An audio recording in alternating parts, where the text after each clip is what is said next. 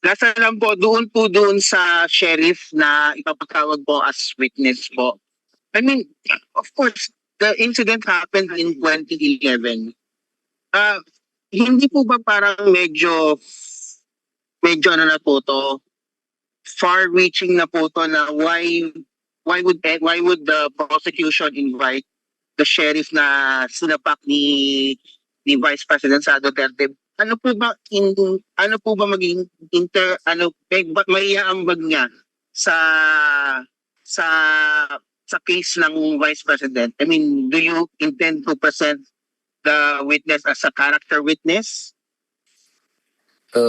Without going too much into the strategy, into the merits, and to the weight of the evidence, but let me clarify that under the rules, it is allowed to present evidence to establish behavioral pattern, to establish propensity of a person to resort to violence, for example. So these are all allowed under the rules. But I'm sure you would understand why at this point we can't disclose the particular reasons why we will be presenting this witness. Red, Thank you po. actions, magdadagdag ko lang, Red, actions and words, yung sabi ni Attorney Jay, actions and words are very apparent insofar as the Vice President is concerned. When she's angry, she gets too volatile. Nakita natin not only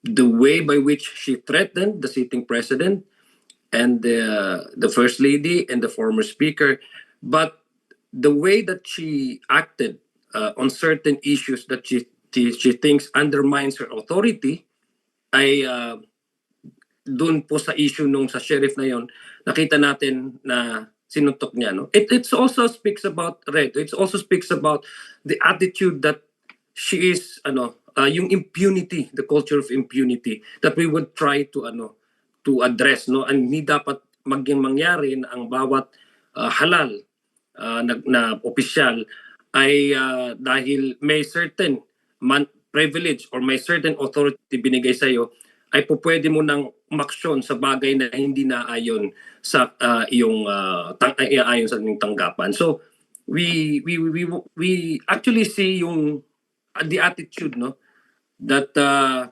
kumbaga yung culture, yung impunity, yung I am beyond reproach, I am beyond the law, ibabangga po natin yung sa prinsipyo na no one should be above the law, no one should have the right to take justice into their own hands. At nakikita naman po natin by the way she skips invitation, harapin yung mga pandinig sa Kongreso.